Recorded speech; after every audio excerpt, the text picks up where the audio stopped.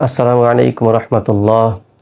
ইন্নাল হামদালিল্লাহি ওয়াহদাহ ওয়াসসালাতু ওয়াসসালাম আলা মান লা নাবিয়্যা বা'দা। আউযু বিল্লাহি মিনাশ শাইতানির রাজীম। বিসমিল্লাহির রহমানির রহিম। সুম্মা ক্বাসাত কুলুবুকুম মিন বা'দি যালিকা ফাহিয়া কাল হিজারতি আও আশাদ্দু কাসওয়াহ। وَإِنَّ مِنَ الْحِجَارَةِ لَمَا يَتَفَجَّرُ مِنْهُ الْأَنْهَارُ وَإِنَّ مِنْهَا لَمَا يَشَّقَّقُ فَيَخْرُجُ مِنْهُ الْمَاءُ وَإِنَّ مِنْهَا لَمَا يَهْبِطُ مِنْ خَشْيَةِ اللَّهِ আমাল্লাহু বিগাফিলিন আম্মা তা'মালুন। আল্লাহ তাআলা বলছেন, অতঃপর তোমাদের অন্তর শক্ত হয়ে গেল পাথরের মতো। সুম্মা ক্বাসাত কুলুবুকুম মিন বা'দি যালিকা, এরপরে ফাহিয়া কাল হিজারতি, কার মতো? পাথরের মতো। আও আসাদ্দু মিনাল কাসওয়াহ, অথবা তার চাইতেও শক্ত। ভেবে দেখেছেন ব্যাপারটা? আপনার অন্তর নাকি শক্ত হয়ে গেছে পাথরের মতো, অথবা তার চাইতেও বেশি শক্ত হয়ে গেছে। তারপর তিনি বলছেন, আরে অনেক ওয়া ইন্না মিনাল হিজারাতি, অনেক তো পাথর রয়েছে। লামা ইয়াতাফাজ্জারু মিনহুল আনহার, যেখান থেকে নদী প্রবাহিত হয়েছে। পাথর থেকে নদী প্রবাহিত হয়ে গেছে। তারপরে তিনি বলছেন, ওয়া ইন্না মিনাল হিজারাতি লামা ইয়াতাফাজ্জারু মিনহুল আনহার ওয়া ইন্না মিনহা লামা ইয়াশাক্কাকু ফায়াখরুজু মিনহুল মা। তারা অনেক পাথর রয়েছে যেগুলো বিদীর্ণ হয়ে যায়, ফেটে ফেটে যায়। ইয়াশাক্কাকু, তারপরে তিনি বলছেন ওয়ায়াখরুজু মিনহুল মা, এরপরে তা থেকে পানি প্রবাহিত হয়। ওয়া ইন্না মিনহা লামা ইয়াহবিতু, এরপরে তিনি কিছু পাথরের উদাহরণ দিচ্ছেন যেগুলো নাকি খসে খসে পড়ে। মিন খশিয়াতিল্লাহ, এগুলো সব কিছুর কারণ কি? সব কিছুর কারণ হচ্ছে আল্লাহর ভয়। আমাল্লাহু বিগাফিলিন আম্মা তা'মালুন, আর আল্লাহ অনবগত নন যা তোমরা করো। মানে আমরা যাই করি না কেন আল্লাহ তাআলা জানেন। অন্যান্য জায়গায় দেখতে পাবেন যে সেটা প্রকাশ্যে হোক আর গোপনে হোক, সবটাই আল্লাহ তাআলা জানেন। তো গতদিন যেটা বলছিলাম যে আমাদের অন্তরটা অনেক শক্ত হয়ে যায়। তো সূরাতুল বাকারার আয়াত এটা, যদিও প্রথম দিকে পাবেন খাতামাল্লাহু আলা কুলুবিহিম, তাদের অন্তরে মোহর মেরে দেওয়া হয়েছে। মানে এতটা শক্ত হওয়ার কারণ কি, যে যেখানে আল্লাহ তাআলা উদাহরণ হিসেবে গ্রহণ করছেন পাথরকে, পাথর এমনকি তার চাইতেও শক্ত, আমাদের হৃদয় নাকি তার চাইতেও শক্ত হয়ে যায়। তো এই যে অন্তরে আল্লাহ তাআলা নাকি শিরমোহর মেরে দেন, এটার মেন কারণটা কি হতে পারে? এটা মেন কারণ হচ্ছে আমরা যখন পাপ করি আমাদের অন্তরে দাগ পড়তে থাকে, এবং এটা এক সময় এমন হয় যে অন্তরটা দাগ পড়তে পড়তে একবারে কালো কয়লার মতো হয়ে যাবে, খুবই খারাপ অবস্থা হয়ে যায়। তো এখান থেকে পরিত্রাণের উপায়টা কি তাহলে? অনুতাপের অশ্রুতে ভাসিয়ে ধুয়ে মুছে সব সাফ করে দিতে হবে। আল্লাহ তাআলার কাছে কান্নাকাটি করতে হবে। যদি কান্নাকাটি না হয় তবুও ইবাদত বন্দেগী করে চেষ্টা করতে হবে, অতীতের সকল পাপ থেকে ফিরে আসতে হবে। তাহলেই সম্ভব যে আপনার হৃদয়টা এতটা শক্ত থাকবে না। আপনার অনুভূতি নাই ভেতরে, ইসলামের কথা শুনলে, ভালো কথা শুনলে ভেতরে অনুভূতি জাগে না, তার মানে পাথরের চাইতেও কঠিন অবস্থা হয়ে গেছে আপনার অন্তরটা। ঠিক আছে? তো বিষয় হচ্ছে, সবচাইতে একটা ভালো পদ্ধতি হতে পারে, সমাধান হতে পারে, সেটা হচ্ছে কোরআন মাজিদ তেলাওয়াত করা, যেটা অনেক বেশি আপনাকে হেল্প করবে অন্তরটাকে নরম করার জন্য। তো যাই হোক, এরই জন্য আমি একটু উদ্যোগ নিয়েছি, আপনাকে কোরআন মাজিদ শেখাবো। এরই ধারাবাহিকতায় আজকে একটি ক্লাস। তো গত ক্লাসে আমি যেটা বলেছিলাম, আজকের ক্লাসে আমি শেখাবো আপনাকে তাজদিদ এর নিয়ম। তো তাজদিদ এর নিয়ম এবং এর সাথে গুন্নাহ এ উচ্চারণটাও চলে আসবে। গুন্নাহ কিভাবে পড়বো আমরা। তো প্রথমত দেখেন, আমরা যারা জজম পড়েছি আমরা জানি জজমটা এরকম ছিল, তাই না? এরকম বা এরকম ছিল। আর যেটা আমরা পড়তাম যুক্ত বর্ণ হিসেবে, তবে একক উচ্চারণ ছিল। আজকে পড়ব যে এই যে তাজদিদ আমরা দিচ্ছি ডাব্লিউ এর মতো, যেটা এটা আর কি, এটাকে আমরা তাজদিদ বলছি। এটাও যুক্ত বর্ণ, তবে একক উচ্চারণ না, এটাতে ডাবল উচ্চারণ থাকবে। তার মানে আমরা বামের সাথে ডানকে একবার ধরবো এবং যে হরফটা ধরবো ওটার উপর আবার জবরজের বা কিছু একটা থাকবে। খেয়াল করেছেন কিনা, জজম যে হরফে ছিল ওই হরফে কোনো ধরনের জবর জের পেশ কিছুই থাকে না কিন্তু, তাই না?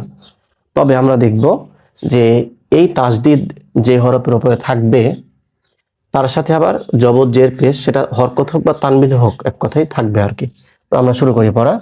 দেখেন, আগের মতোই র বা জবর রব, কারণ এখানে ব এর মূল ধরতে পারি আমরা, বা এর মূল ব ধরতে পারি, র আর ব কি হবে? রব। আবার খেয়াল করেন, তাজদিদ এর কাজ যদি শেষ হয়ে যায়, তাজদিদ এর কাজ শেষ হয়ে গেলে এখানে দেখেন জবর আছে, তখন আমরা পড়বো বা জবর বা, তাহলে উচ্চারণ কি হবে? রব্বা, তাই না?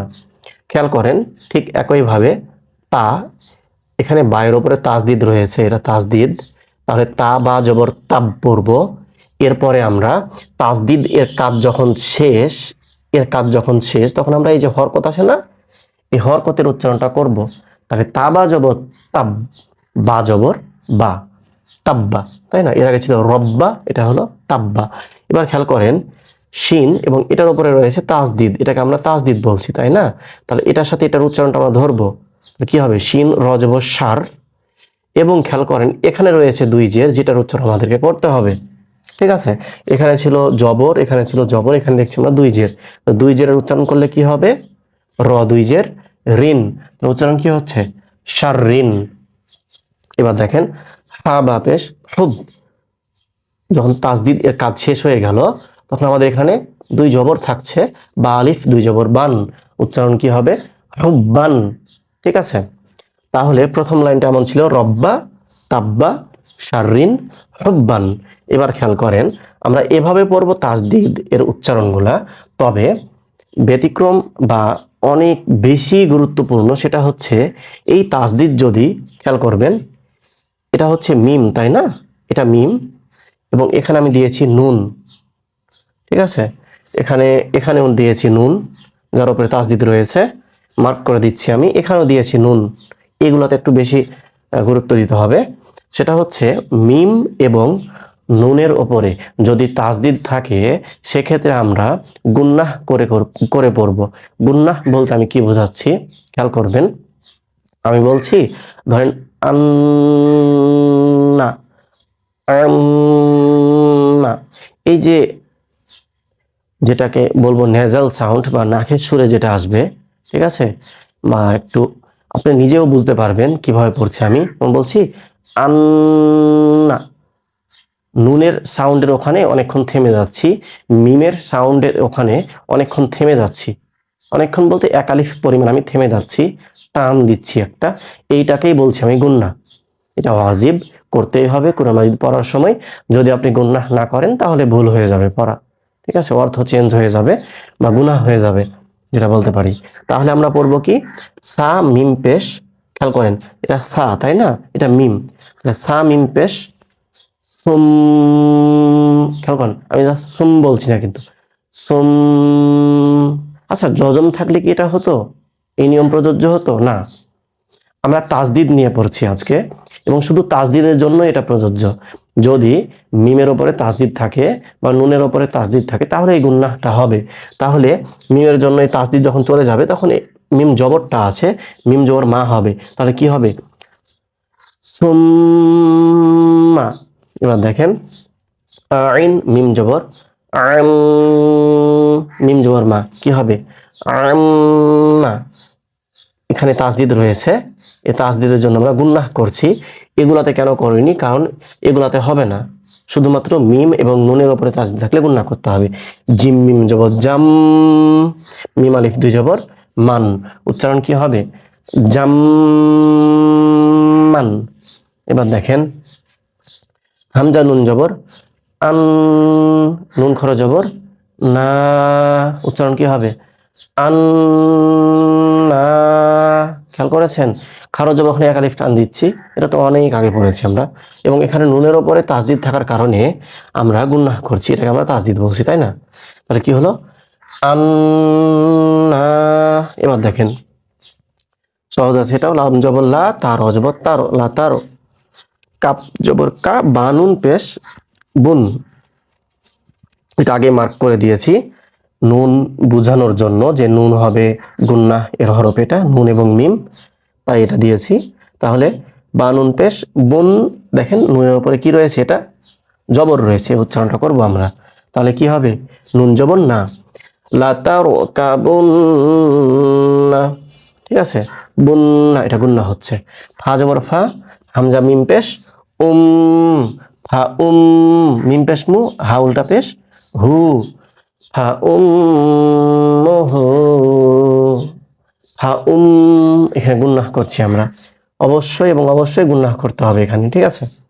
এবার খেয়াল করবেন, এই জিনিসটা বুঝতে হবে, এখানে আলিফ লাম এটা নির্দিষ্টটা করানোর জন্য ব্যবহার করা হয় আসলে নাউন এর পূর্বে, আরবিতে যেটাকে এসএম বলা হয়।